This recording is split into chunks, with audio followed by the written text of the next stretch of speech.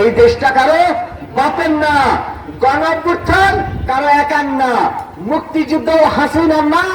আর এই অভ্যুত্থান যারা আন্দোলনের নেতৃত্ব দিয়েছে বলে আজকে নানান জায়গাতে আছে, তাদের একা না। এই অভ্যুত্থান জনগণের, এই অভ্যুত্থান শহীদের পরিবারের। শহীদের চেয়ে কেউ বড় হইতে চাইবেন না। অর্থাৎ শহীদরা সবার উপরে শহীদ, যাদের রক্তের উপর দাঁড়িয়ে এই বাংলাদেশ আজকে আমরা নতুন স্বপ্ন দেখছি। আজকে যে শহীদ পরিবার এখানে উপস্থিত হয়েছে, আমাদের দল গণসংহতি আন্দোলন এবং আমাদের নেতা জুনায়েদ সাকিব, তার পক্ষ থেকে আমরা আপনাদের সকলকে আন্তরিকভাবে কৃতজ্ঞতা জ্ঞাপন করছি। আমাদের ভাইয়েরা জীবন দিয়েছেন এটি নতুন বাংলাদেশের জন্য, এটি নতুন রাজনৈতিক বন্দোবস্তের জন্য। আমাদের বুক বড়, আমাদের সাহস বড়। আমরা আমাদের ভাইকে শ্রদ্ধার সাথে, সম্মানের সাথে স্মরণে রাখতে চাই। 14 জুলাই থেকে আমরা সকলেই একসাথে এই বাংলাদেশে হাসিনার বিরুদ্ধে, এইখানকার ওসমান পরিবারের বিরুদ্ধে, পুলিশের বিরুদ্ধে রাজপথে দাঁড়িয়ে লড়াই করেছি। সে লড়াই আমাদের কেউ কেউ ফেরত এসেছে, কেউ কেউ ফেরত আসেননি।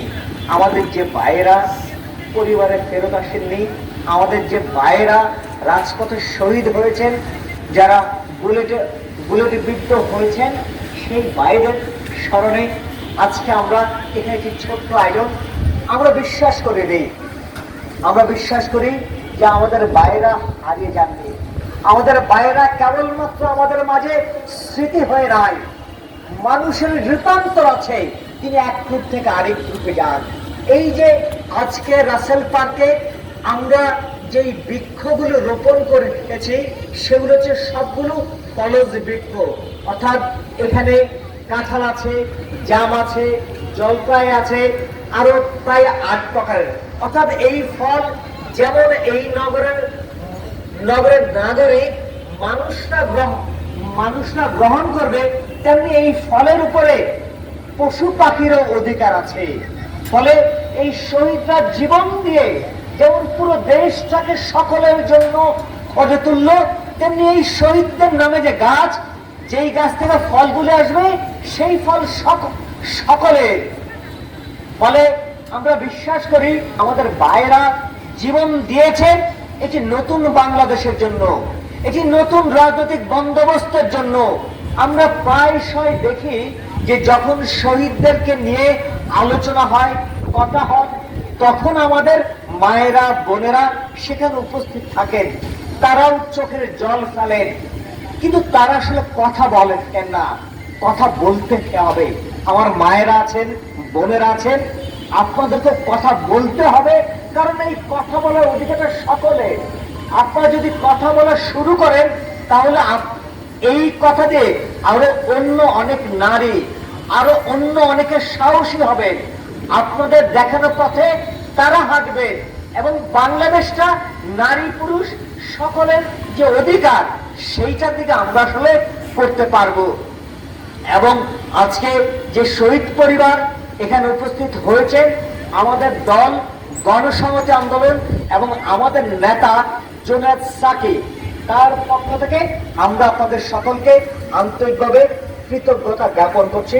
আমরা এই শহীদ পরিবারগুলো কিংবা এই জুলাইয়ে যারা আহত হয়েছেন, তাদের পাশে থাকবার ওয়াদা করিনি, এবং শুধুমাত্র তাদের প্রতি থাকবার ওয়াদা নয়, শহীদরা যে কারণে জীবন দিয়েছেন, তারা একটি ঘুষ, দুর্নীতিমুক্ত, সন্ত্রাসমুক্ত, গুম-খুন মুক্ত, ভয়ভীতি মুক্ত একটি বাংলাদেশ চান। আমরা তো সকলেই জানি আমাদের এই নারায়ণগঞ্জটা কি পরিমাণ খারাপ জায়গা ছিল। এই যে হচ্ছে গুম-খুন সন্ত্রাসের নগর ছিল।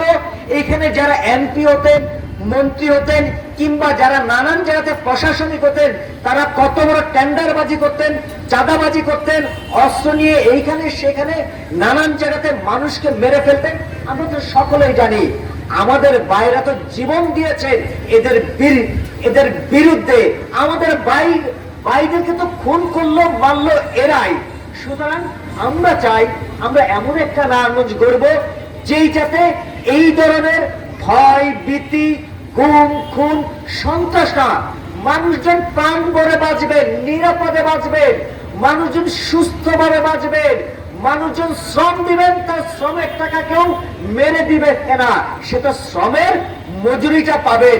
এমন একটা দেশ, এমন একটা দেশের জন্যই আমরা সকলে লড়াই করছি এবং আমাদের এই লড়াইটা শেষ হয়ে যায়নি।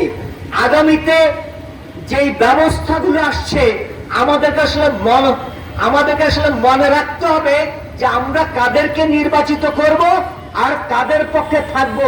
আমরা এমন কারো পক্ষে থাকবো না যারা আমাদের সন্তানদের উপর আবারও গুলি চালাতে পারেন, যারা আবারও এই বাংলাদেশটাকে একটা ফ্যাসিস্ট সরকারে পরিণত করতে পারেন, যারা এখনো চাঁদাবাজি করছেন, গুন্ডামি করছেন, নানান জায়গাতে দখল করছেন, তাদের পাশে আমরা নতুন বাংলাদেশের মানুষজন থাকতে পারি কিনা। আমাদের দল গণসংহতি আন্দোলন, আমাদের নেতা জোনায়েদ সাকিব পরিষ্কারভাবে আমাদেরকে নির্দেশনা দিয়েছেন, শহীদের চেয়ে কেউ বড় হইতে যাইবেন না। অর্থাৎ শহীদরা সবার উপরে শহীদ, যাদের রক্তের উপর দাঁড়িয়ে এই বাংলাদেশ আজকে আমরা নতুন স্বপ্ন দেখছি। এবং এই শহীদের রক্তের দাম পরিশোধ হয় না। শহীদের রক্তের যা দাম যদি সরকার পরিশোধ করতে চায়, যদি কোন একটা দল পরিশোধ করতে চায়, তাহলে মনে করবেন তারা শহীদের রক্ত নিয়ে ব্যবসা করছে, চেতনা বিক্রি করছে। শহীদের রক্তের দাম পরিশোধ করবে সে দেশের জনগণ বাইরে আর কেউ শহীদের রক্তের দাম পরিশোধ করতে পারেন না। সুতরাং যারা শহীদদেরকে নানানভাবে সুযোগ সুবিধা দিবেন, মনে রাখবেন তাদেরও মতলব আছে। দেশের স্বার্থ সবার আগে, মানুষের স্বার্থ সবার আগে, শহীদের মর্যাদা সবার আগে। তার জন্য কি দরকার? তার জন্য দরকার হচ্ছে যারা আমাদের ভাইদেরকে খুন করলো তাদের বিচার। তারপর কি দরকার? আমরা মনে করি আমাদের ভাইদের মর্যাদা প্রতিষ্ঠা করতে হবে। আমাদের ভাইদেরকে কেবলমাত্র টাকা পয়সা দিয়ে নানান জায়গাতে কেনা বেচা চলবে না। শহীদের সর্বোচ্চ মর্যাদা নিশ্চিত করতে হবে। আর কি? আর হচ্ছে ভাইরা যে কারণে জীবন দিল, সংস্কার লাগবে। এই দেশটা কারো বাপের না, গণঅভ্যুত্থান কারো একার না, মুক্তিযুদ্ধ হাসিনা না।